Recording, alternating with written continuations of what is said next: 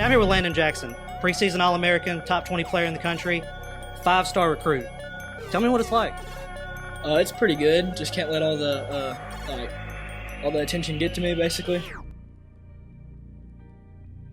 Once I got to that level to where I was getting asked to autograph things and pictures and stuff, I was like, these kids look up to me, so I got to be the best example I can be. And those kids want to be me someday, so give them a good image to kind of follow. And when I was younger, I always looked up to athletes, so I wanted to be that athlete that those kids can look up to.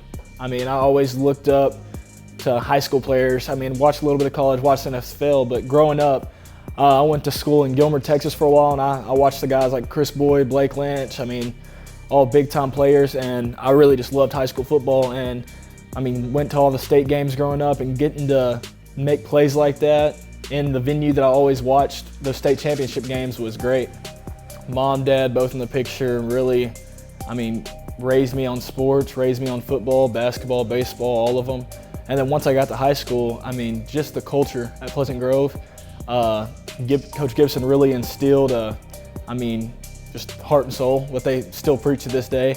And I think that culture just really brings a brotherhood, and you gotta love the guys you're playing with. And I think that's something Gibson really preaches, is that you gotta love your brothers and love your teammates.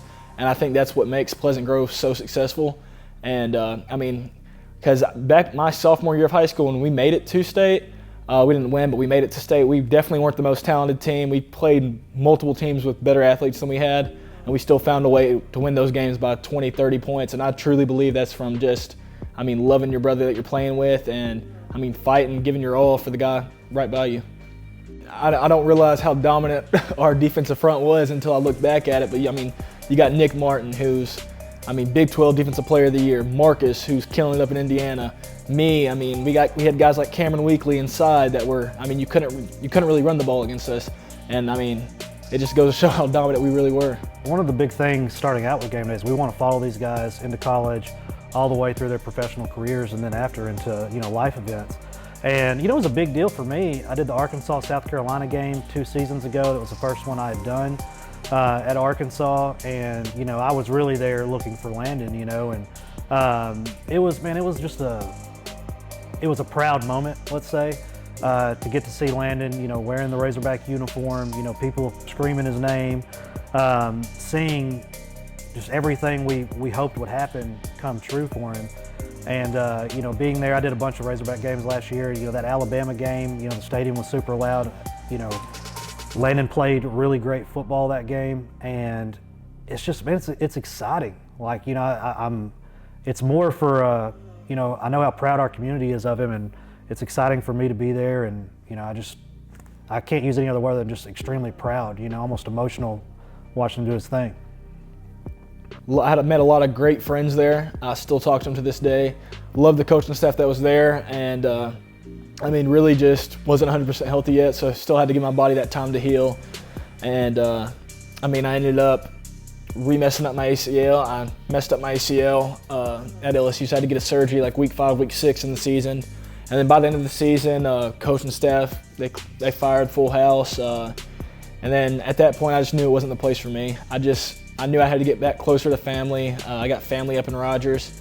So, knew I just had to get back closer to family, have my support system around me. And so I made the decision to enter the transfer portal, and it's been the best decision I've ever made. Got my name in the portal, and Coach Pittman, he called me within, probably 30 seconds to a minute of my name being in the portal. And I picked up, we scheduled my official visit for that first weekend that I was in the portal. I probably got about 200 messages from just schools all over.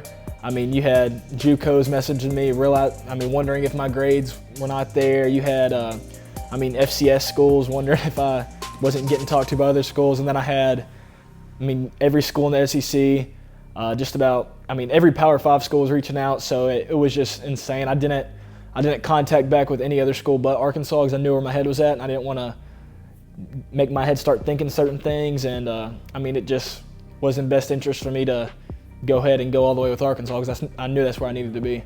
It really just kind of brought me new life, because I had a lot of thoughts going through my head my freshman year at LSU. Not knowing if I was gonna, continue it, didn't know what was gonna happen through that surgery. Then I got to Arkansas, fully rehabbed the knee, got to practicing, and my mindset was I'm gonna work as hard as everybody else and earn my spot, and that's what I did. Had a decent, okay year last year. Not the best stats I could have put up, but I mean, I just enjoyed playing the game I love again. So, I mean, had fun last year, and then at the end of the season, my goal was I want to be one of the best in the country this next year. And so every day I went into practice with that mindset to work harder than everybody at practice, and I mean, work harder than, I mean, push myself as hard as I know I can go, because even if I am beating the guys in practice and working the hardest in practice, there's other guys at other schools working just as hard. So my biggest goal was just to push myself to a new level, and I think I did that, and that's going to be the same goal this coming year, to push myself to another level, to be, I mean, I want to be the best in the country this next year, and I think I can do it, and that's going to be the goal. It was a fun experience. Definitely the fastest 5-6 hours I've ever had in my life. I mean, it felt like 30 minutes because you're hopping from one interview to the next, the next, the next. Then you got the big interview. Then you're coming back to radio station interviews, and I mean, it's just a lot going on real fast. But it was a great time. The night before the game in the hotel, our defensive coordinator kind of just talked to us, and he was like, "Hey, if you want your name to be known, this is the game to do it. So make them know your name." And I went out there, and that was my biggest thing going through my head the whole time. Like, I'm not gonna leave a play out here. Like, every snap, I'm gonna find the football, whether it be me getting a sack, I mean, me getting a tackle, and I flew around and tried making a play every snap I was out there on the field.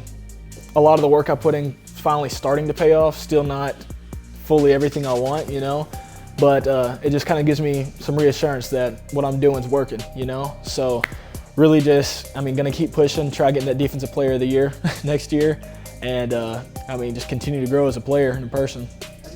Man, I know I got more in the tank. You know, I got more to prove. I mean, like I said earlier, I know there's more. I know there's more for me. You know, I know I can have a better season, a more productive season, and I know I could be that top guy. So my goal is to go out there, put in the work every day, off-season training. I mean, get out there, and a lot of the plays that I didn't finish this year, finish those plays, and just, I mean, be a dominant force. You know, and I mean, a big thing I wanted to do is go into the league with that top confidence, you know, knowing that I can go in there and be dominant at that level as well.